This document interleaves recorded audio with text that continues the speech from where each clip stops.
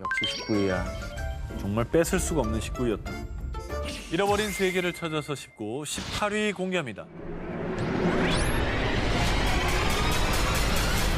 자, 일단 이렇게 해서 북극, 남극 양쪽으로 한번 치고 갑니다. 남극입니까? 남극입니다. 아, 이게 헤드라인만 봐도 저랑 크게 다른 게 없는데요. 좀 나아요. 들어보시면 실망. 19에서 18위 정도 납니다. 현재 약 400만 년 전 아프리카에서 처음으로 출현한 것으로 알려진 인류. 그런데 말입니다. 일각에선 최초의 인류와 문명이 등장한 곳이 이곳이라고 주장하는 사람들이 있습니다. 바로 내륙의 연평균 기온 영하 55도, 지구상에 남아있는 마지막 원시 대륙이라 불리는 남극입니다. 아니 사실 지금도 혹한의 환경으로 일부 연구원만 연구 목적으로 상주하고 있는데 저기서 사실 문명이 나올 수가 있나요? 저렇게 추운 곳에서. 2012년 9월 전 세계 언론에서 보도된 충격적인 내용. 남극에서 피라미드 발견. 그러니까. 지금까지 그 어떤 문명이 존재한 적이 없다고 알려진 남극에서 인공 구조물인 피라미드가 발견됐다? 이게 바로 사라진 초고대 문명과 우리가 모르는 인류가 남극에 존재했다는 증거 아니겠습니까? 그럼 좀 이상하긴 하다. 자, 일부 과학자들은 날씨 변화가 심한 남극에서 오랜 세월 침식되면서 이 피라미드 모양을 갖추게 됐다라고 주장했습니다. 그러나 일각에서는 대부분 산은 험준한 산맥에 위치하고 있는데 남극에서 발견된 피라미드는 평평한 지형에 있기 때문에 자연 형성된 산이 아니라고 반박에 나섰습니다. 그러면 또 얘기가 달라지네요. 그러니까. 그렇죠. 산맥 있는 게 아니라는 거잖아요. 그렇죠. 주변이 다 평평합니다, 지금. 그러면 증거를 좀 더 주시면 제가 그래요? 믿어보겠습니다. 알겠습니다. 네. 제가 요 정도로 남극 대륙에 고대 문명이 있다, 이런 걸 주장하는 게 아닙니다. 2012년 8월 네이처에 따르면요, 남극의 암석을 조사해 봤더니 무려 1,500만 년 전 남극 대륙에 야자수숲이 있었다고 추정되는 연구 결과가 나왔던 겁니다. 그러니까 과거 남극이 지금과 달리 인류가 생존할 수 있었던 아열대 기후였다는 거죠. 그럴 수도 있지. 그래서 당시 존재했던 초고대 문명의 인류가 이 피라미드를 만든 것이 아니냐라는 주장이 제기되기도 했습니다. 그러니까 최초 인류가 아프리카에 등장했다라고 추정되는 게 한 400만 년 전이라고 보면 만약에 이제 1,500만 년 전에 남극 인류가 있었다면 인류의 기원의 역사가 바뀔 수가 있는 거예요. 달라지는 거죠. 네. 게다가 2018년에는 남극 대륙에 존재했던 고대 인류가 완전히 사라진 것이 아니라 어쩌면 남극 대륙 아래에 여전히 존재할 수 있다는 주장이 제기됐는데요. 바로 SNS에 게재된 한 영상 때문이었습니다. 한 남성이 남극 빙하에 90m에 달하는 구멍을 뚫은 뒤 얼음 조각을 던졌습니다. 이때 나는 소리를 들어보십시오. 약간 총소리? 이펙트? 이펙트 같은 소리가 났죠? 총소리? 마치 누군가가 위협을 느끼고 자신들만의 세계를 지키기 위해 총을 쏜 것이라는 주장이 제기되기도 했습니다. 과연 남극의 대륙 아래에는 어떤 비밀이 숨겨져 있는 걸까요? 어쩌면 우리가 찾은 문명의 역사는 알려진 것보다 훨씬 오래전에 시작된 것은 아닐까요? 잃어버린 세계를 찾아서 19, 17일 공개합니다.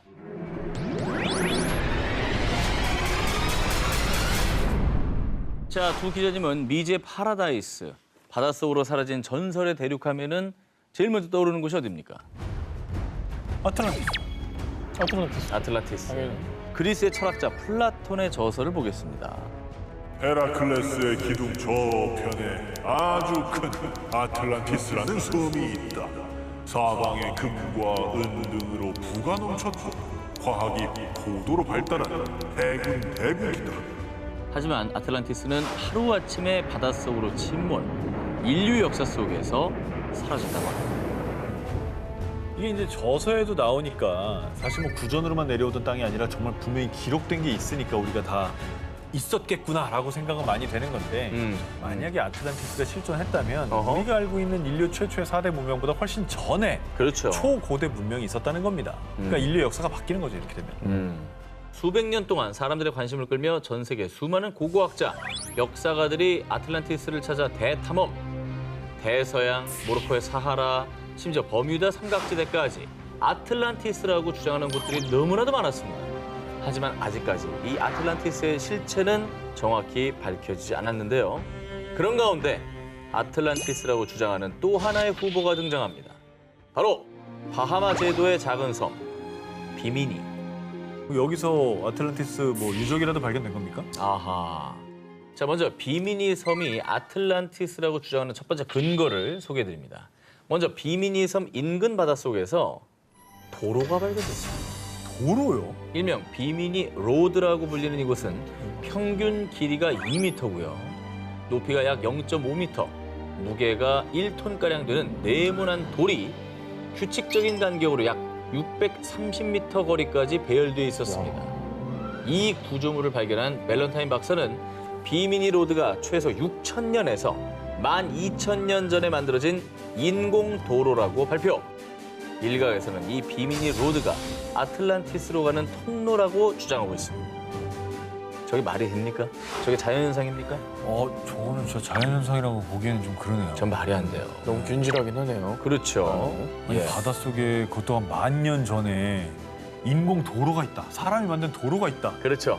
이거는 진짜 우리가 몰랐던 문명이 있었을 수도 있다는 얘기 같아요. 근데 어찌됐건 간에 뭔가 더 증거가 나와야지만 이게 좀 확정이 될 것 같아요. 결정적인 게 있습니까?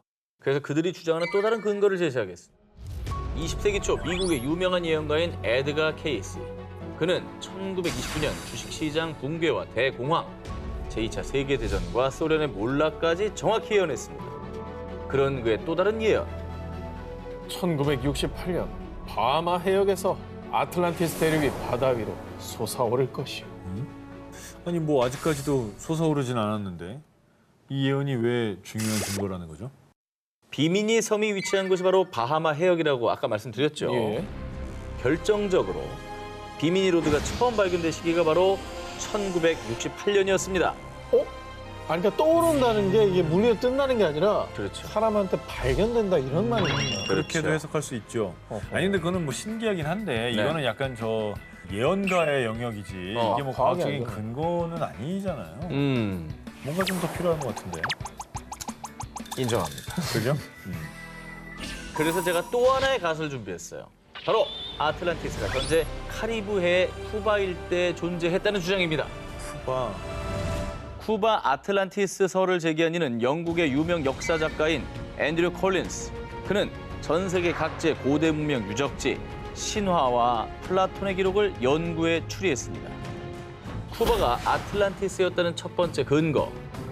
아틀란티스는 리비아와 아시아를 합친 것보다 큰 거대한 대륙이다. 사람들은 플라톤의 대화편에 기록된 이 문장을 아틀란티스의 대륙 크기라고 생각했는데요. 하지만 콜린스는 그리스어의 보다 큰이라는 단어가 중간에라는 단어와 유사하다고 생각, 아틀란티스 대륙을 리비아와 아시아의 중간 위치인 카리브해 지역으로 추측했습니다. 참고로 이때는 아메리카 대륙을 발견하기 전이기 때문에 리비아와 아시아의 중간 위치를 카리브해로 추측한 것이죠. 근데 또 왜 하필 쿠바예요? 쿠바가 아틀란티스였다는 근거 두 번째입니다. 큰 산맥이 차가운 북풍으로부터 아틀란티스 대평원을 보호했다. 콜린스는 플라톤이 말한 산맥이 쿠바의 과니구아니코 산맥이라고 주장을 했는데요. 실제로 매년 겨울이면 북쪽 할렌 전선이 쿠바 대륙으로 불어닥치는데 과니구아니코 산맥이 북풍을 막아서 쿠바의 서쪽 평원 작물들을 보호한다고 합니다. 아니, 그렇게 치면 북풍 막는 산맥은 너무 많죠. 아니 산맥 중에 많다. 바람을 안 막는 산맥이 없죠. 없지, 산맥 그래요. 무조건 근거 좀 부족해야지. 근거가 부족하다. 예. 자, 이번엔 진짜 확실한 근거를 말씀드리겠습니다. 쿠바가 아틀란티스였다는 근거 세 번째. 콜린스가 주목한 멕시코 신화 뱀의 사람들. 뱀의 사람은 동쪽의 아스틀란에서 건너 7개의 동굴에 우두막을 짓고 살았다. 콜린스는 신화에 언급된 아스틀란이 아틀란티스와 어원이 같으며 신화 속 동굴이 바로 쿠바 푼타델 에스테 1호 동굴이라고 주장했습니다. 이 동굴에 동심원이 연속적으로 고리를 이루며 그 옆으로 S자 모양의 꼬리가 나온 암각화가 있습니다. 네. 콜린스는 이것을 혜성으로 추측. 고대인들이 혜성을 하늘에서 내려오는 불의 뱀으로 여겼기 때문이죠. 그래서 멕시코 신화 속 뱀의 사람들의 고향인 아틀란티스를 쿠바로 해석을 했습니다. 암각화. 벽화가 근데 너무 생생하다. 누가 그려놓은 것처럼. 우리가 벽화 많이 봤는데 저렇게까지 선명한 벽화 잘 없잖아요. 하지만 아틀란티스가 쿠바였다는 콜린스의 주장에 대해 일각에서는 전설과 추론일 뿐이다 라며 반박을 했는데요. 도무지 찾을 수 없어 존재 자체에 대한 의문까지 제기된 사라진 전설의 대륙 아틀란티스. 그것은 플라톤의 상상이 만든 전설의 섬일까요? 그게 아니라면 과연 어디에 존재하고 있는 곳일까요? 잃어버린 세계를 찾아서 15일 공개합니다. 신화 속 이것이 실제 있다? 영화 인디애나 존스 속 고대 유적지들에는 침입자들을 물리치기 위해 설치된 무시무시한 함정들이 가득합니다. 그런데 말입니다. 영화 속에나 등장할 법한 쉽게 사람의 접근을 허락하지 않는 고대 유적의 함정이 터키에서 발견됐습니다. 2013년 4월 이탈리아의 한 대학교 고고학과 프란체스코 단드리아 교수 연구팀은 터키 남서부 파무칼레 인근에 폐허가 된 한 사원의 유적을 탐사하던 중 섬뜩한 것을 발견했습니다.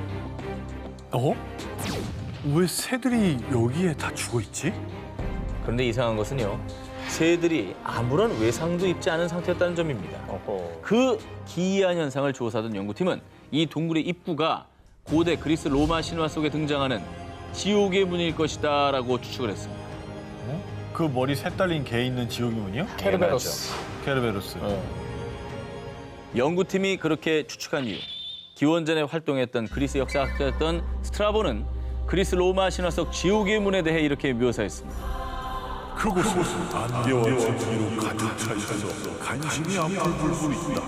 또한 어떤 동물 죽음을 피해갈 수 없는데 잠수를 떨어뜨려 보니 곧장 죽는 것을 목격했다. 그 증기가 뭔가 독가스. 질식사죠. 그렇다고 한다면 입구에 있는 새도 이런 이제 독가스 때문에 죽은 거. 뭐 그렇게 추측을 해야 되나? 자, 그래서 2018년에 독일의 한 대학교 연구팀이 가스 분석기를 사용해 동굴을 탐색을 해봤습니다. 네. 그 결과 동굴의 가장 아래쪽은 무려 91%에 달하는 고농축 이산화탄소가 낮게 깔려 있다고 하고요. 오, 독가스 맞네. 그렇죠. 동굴 입구 근처에서도 최대 53% 정도의 이산화탄소 농도가 방출되는 것을 확인했습니다.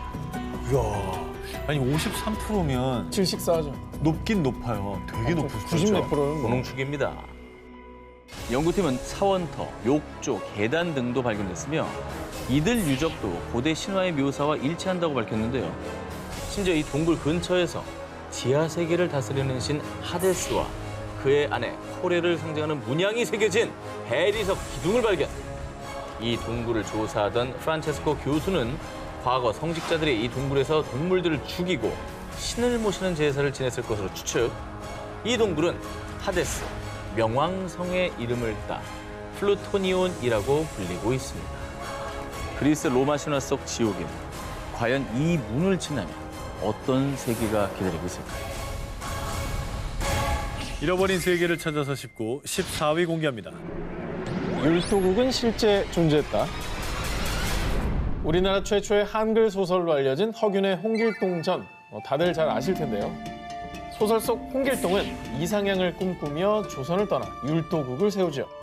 그런데 홍길동이 세운 국가 율도국이 사실은 실존했다고 한다면 믿으시겠습니까? 아니 홍길동전은 원래 실존 인물이 아닌 거잖아요. 그래. 소설이잖아요. 아니 역사서에 언급은 돼요. 그 당시 의적이 있었고 홍길동이라고 부른다. 이런 얘기들이 전해지고 있다고요. 제가 여러분께 새로운 가설 하나를 소개해드리겠습니다. 어디까지나 하나의 가설이기 때문에 판단은 시청자 여러분께 맡기도록 하겠습니다. 네네. 국내 한 역사 전문 작가에 따르면요, 이 율도국이 실존했으며 심지어 그 율도국의 위치가 지금의 대마도라는 겁니다. 아, 정말? 대마도가 율도국이라고요? 그렇죠. 저 얘기 처음 들어보는데요? 근거가 뭐 있습니까? 지금부터 율도국이 대마도라는 가설을 하나하나 짚어보도록 하겠습니다. 오케이. 자, 먼저 주목할 것은요, 여러분, 해류의 흐름입니다. 쿠로시오 해류의 한 줄기가 이 대마도를 거쳐서 한반도 동쪽을 따라 우리나라 북쪽으로 향하는 동안 난류를 형성하고요. 우리나라 북쪽에서 동해로 향하는 북한 한류와 교류. 자, 이런 해류와 계절풍의 흐름을 감안하면 우리나라 함경도에서 배를 띄우면 자연스럽게 대마도로 향하게 된다는 겁니다. 아, 해류 타고. 야, 근데 이것만으로 대마도를 율도국이라고 부르기는 좀 그렇지. 자, 부족한데. 율도국 대마도설의 또 다른 증거가 있습니다. 일본의 역사서 고사기에는 대마도를 항구섬 혹은 나루섬이라는 뜻을 가진 이 진도라고 표기하고 있는데요.